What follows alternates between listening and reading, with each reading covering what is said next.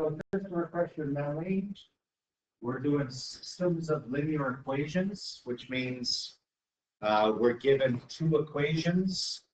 Usually they have, each equation has an x and y in it. Well, it could be other letters. We'll talk about that later. Okay. And we talked about how to set up problem situations using a system, and we talked about the solutions to a system. So right now, we don't know how to solve these things. All we know is that we're looking for numbers for x and y, so that if I, for this example, so that if I go 2 times the x value and add the y value, it's -4, and if the y value is going to equal the x minus 1. It has to be work in full. You know, so we could have like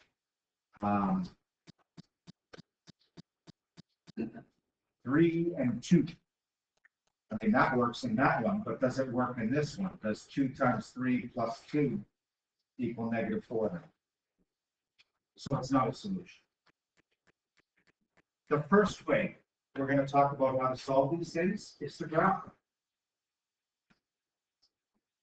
And it turns out where the graphs intersect are the solutions.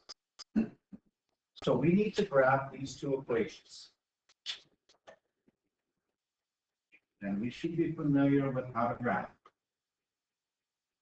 You've got 3 different methods. You can solve for y and do a table of values. You could find the intercepts, or you could solve for y and use the slope-intercept formula.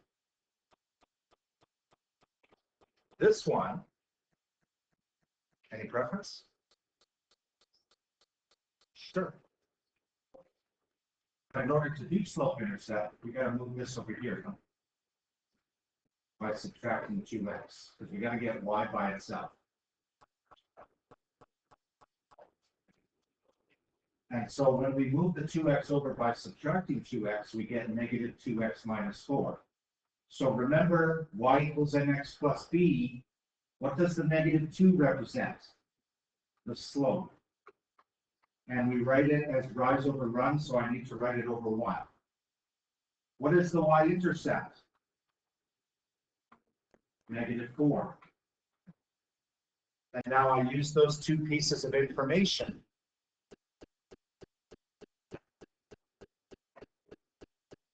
to plot the y-intercept first at -4,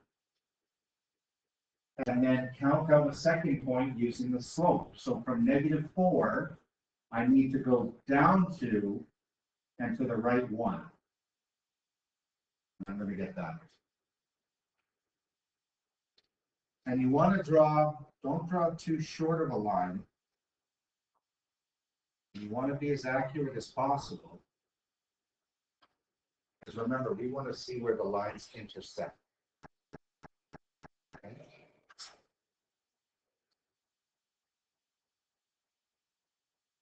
Right? Let's graph the other equation. What was it? Y equals x minus 1. Look at that. It's in slope-intercept form already. So let's use y equals mx plus b again. What's the slope? 1, and as a fraction, 1 over 1. The y-intercept? -1. Plot the y-intercept. From the y-intercept, I'm told to rise 1 and run 1, so go to the right 1. And then draw a nice, accurate as you can line. And you can see that these 2 lines will cross each other. And they cross each other at exactly this point. And what is that coordinate? Careful. -1, -2. That is the solution. if we plug these into the equations, each equation will work. So here, get rid of these things. So this is the solution. And we can check.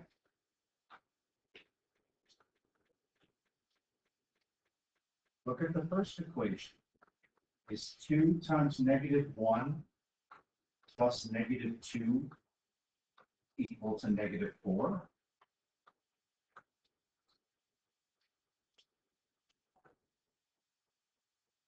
Well, this is -2. What's -2 plus -2?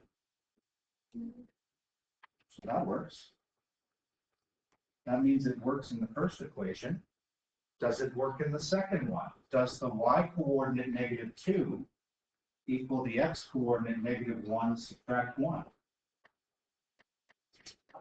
Yes.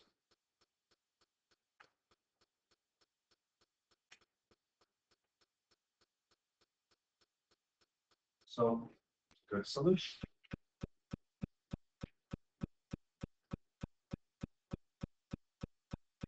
I would like you guys to take a shot at the second on the next page.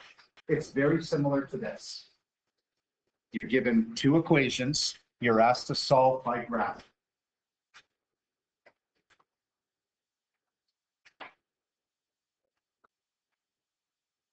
So remember, you can use intercepts, you can use table of values, you can use, but if you're going to use table of values, it's probably better to use slope intercept, really. Both of them you have to solve for y, and a table takes longer, especially when there's fractions.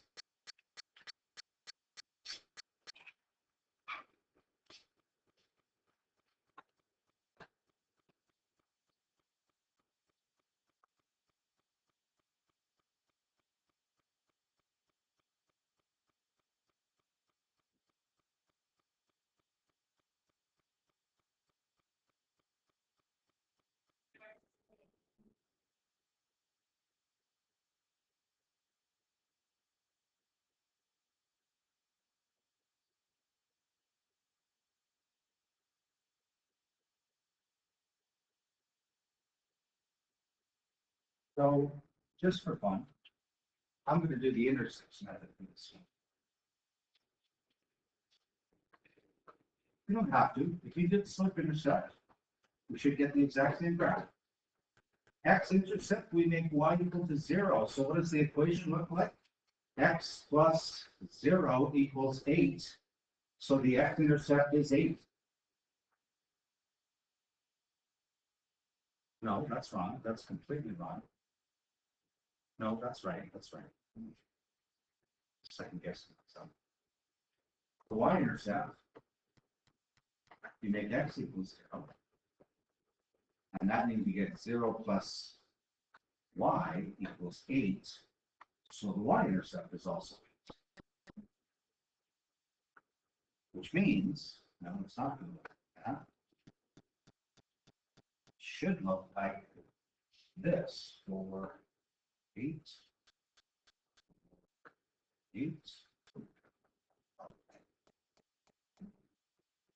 Hopefully you got that. If you did slope intercept, well, you should get a y-intercept of 8. The slope will be -1 over 1, which means you go down 1 to the right 1. So if you use slope intercept, you would have got those 2 points. And again, you get the same graph. Okay. This one, it would be hard to do intercepts because we're going to we would get a fraction for the y-intercept. Okay. No, sorry, for the x-intercept. And that's pretty hard to graph. So maybe it's best to do slope intercept form by pulling them 3x over by subtracting. When I do that, I get -2y on the left side of the equation equals -3x plus 14.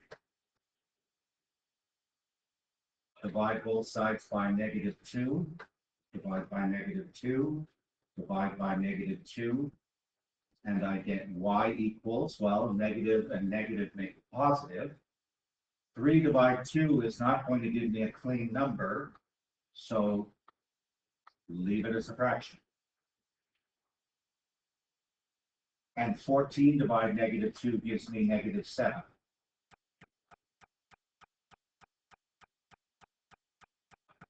So therefore, what's my slope? 3/2. What's my y-intercept? -7.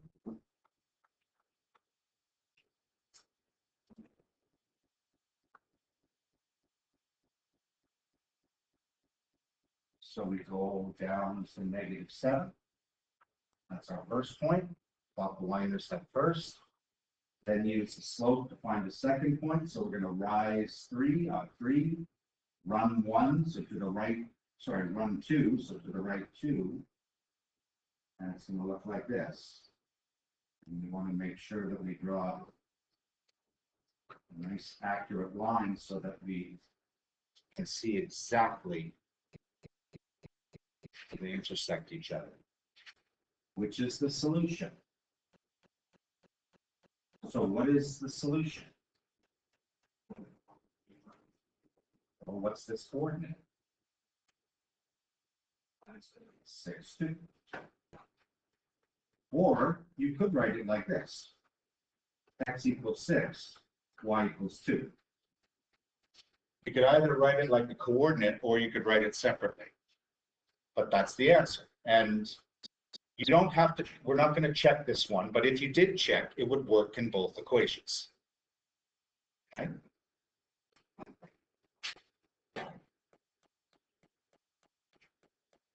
Okay, we're not going to do the very last example, but we are going to do this next one. This will be the last one we do.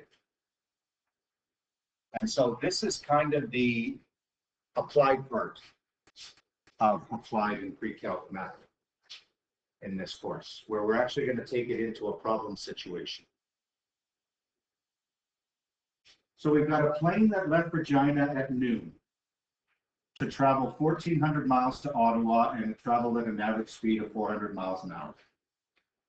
Another plane left Ottawa at the same time and headed to Regina, but its average speed was only 350 miles per hour.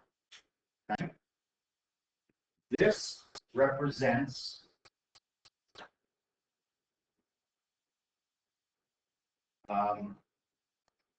the Regina to Ottawa flight, because it's 400 miles an hour, right? So it's going to be the one that has 400 in it. The Ottawa to Regina flight has the 350 in it.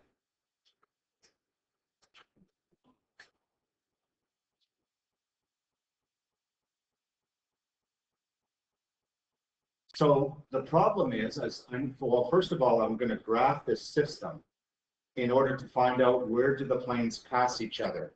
By the way, they're at different altitudes. So don't assume that they're at the same altitude, otherwise,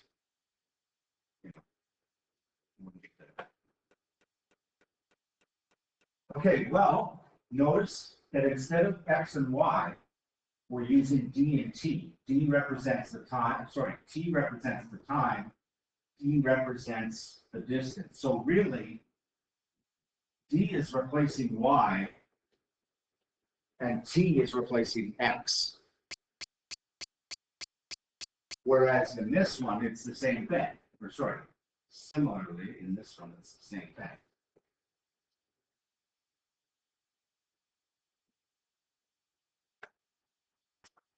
So we have to graph them, but notice the numbers are pretty big, eh?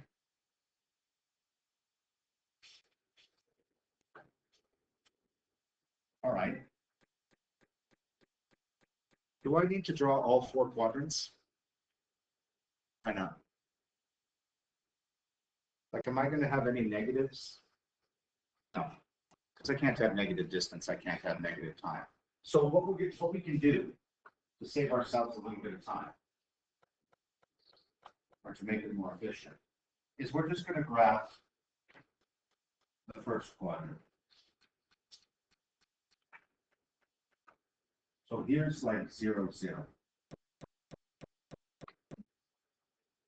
And remember, the horizontal axis is x, which we have called time. And the vertical axis is distance.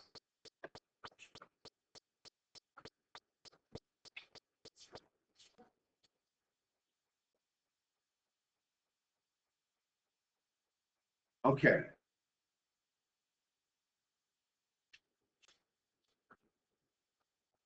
A graph.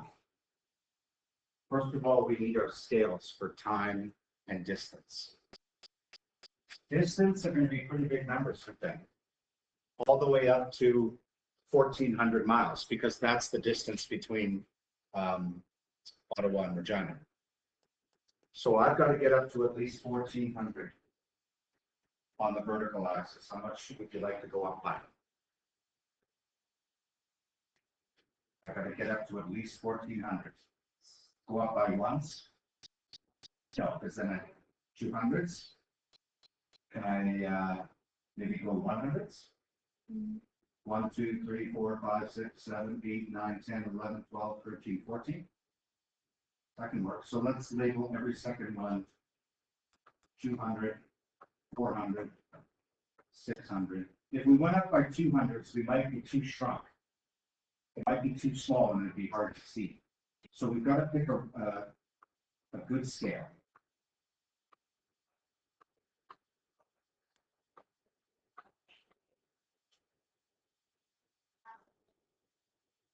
Now, for the time, well, if you think of the time it takes to fly from Ottawa to Regina, what is it from Ottawa to Winnipeg? About 2 hours?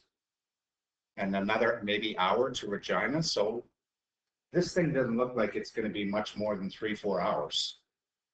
So why don't we go every second one is 1 to make the, if we made, again, if we went 1, 2, 3, 4, our graph would be really small and it'd be hard to see the solution. So we want to spread it out a little bit. So instead of going up by ones, let's go up by halves or half hours.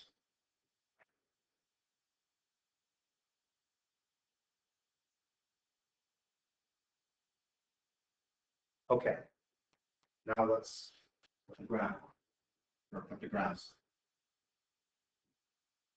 So the first one, well,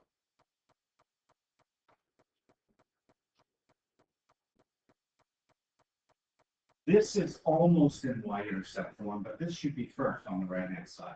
So all I'm going to do is just rewrite so that it's in proper y equals mx plus t form. But remember, we're not using x and y in this one. We're actually using d and t.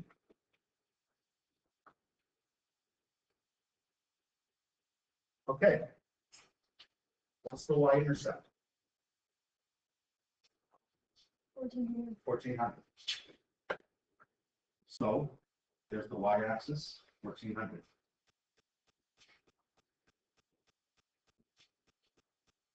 What's the slope? Negative 400 or negative 400 over 1, right? So doesn't that mean that I have to go down 400 and across 1? So be careful how you do that, because the scale is different. Down 400 takes us here to 1,000. To the right 1, we have to go 2 grid lines to get to here. That's the slope of negative 400 over 1. Because this is negative 400, this is 1.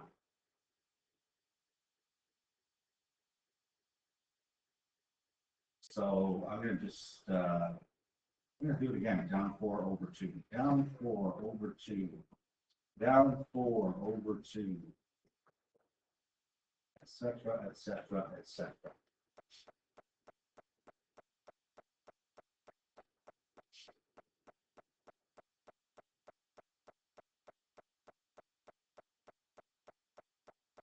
So that's the Regina to Ottawa flight. Ottawa to Regina is negative 350 T. There's no number at the end. Yeah? Why did you do over 2? Because the slope is 1, isn't it? And haven't I said that 1 is 2 grid lines? Yeah, good question. What's the y-intercept of that, of the next one? Is there a number at the end? So what's the y-intercept? 0. So it's here.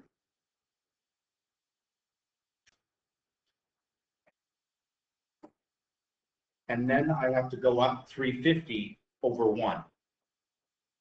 So 350, well, 100, 200, 300, 350, 1. So I'll go there.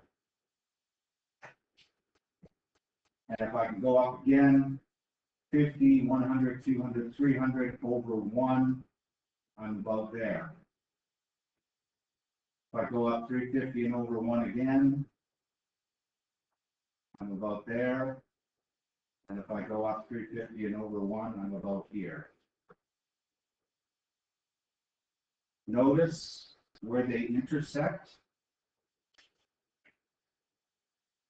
is not, or it is tough to read, isn't it? Because it's not at a grid line. It's close. Like it's close to the blue one here. But it's a little bit left and it's a little bit lower, which means it's a little bit smaller than 2 and a little bit lower than 700 miles. So remember, this is the answer to the question.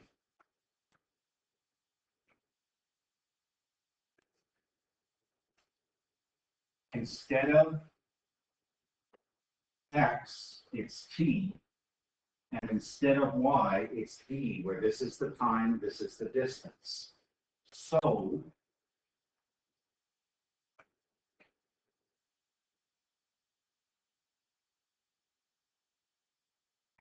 the time, 1.8, 1.9, around there, because it's a little less than 2, right? So I don't know, approximately 1.9 hours. Distance is under 700, but it looks like it's over 650. I don't know, 670, 675.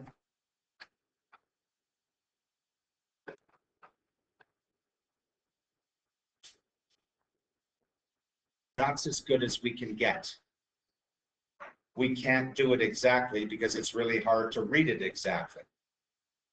This is why graphing is not necessarily the best method. It works in a lot of cases. But what happens when there's decimals or fractions? We need another method. And fortunately, we have some algebraic methods we can use.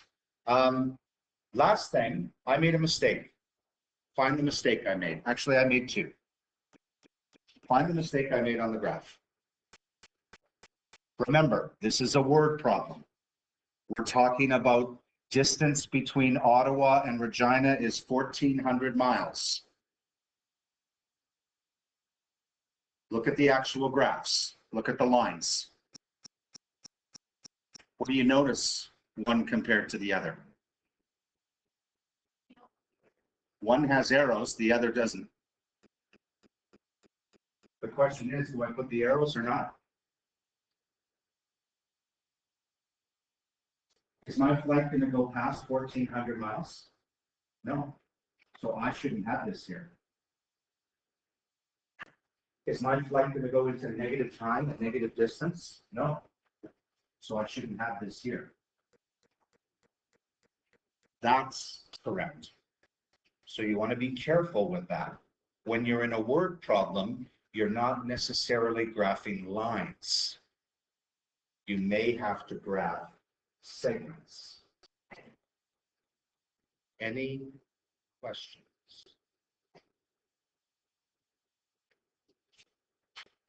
Okay.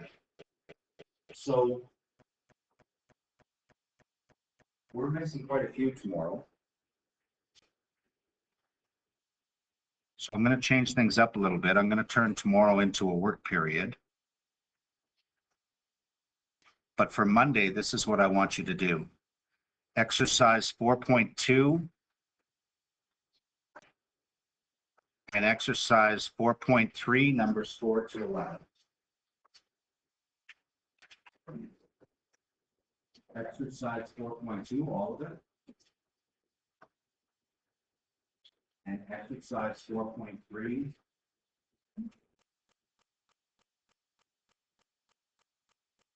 Numbers 4 to 11. You have plenty of time to finish that. Those of you that are here today and will be here tomorrow. Okay.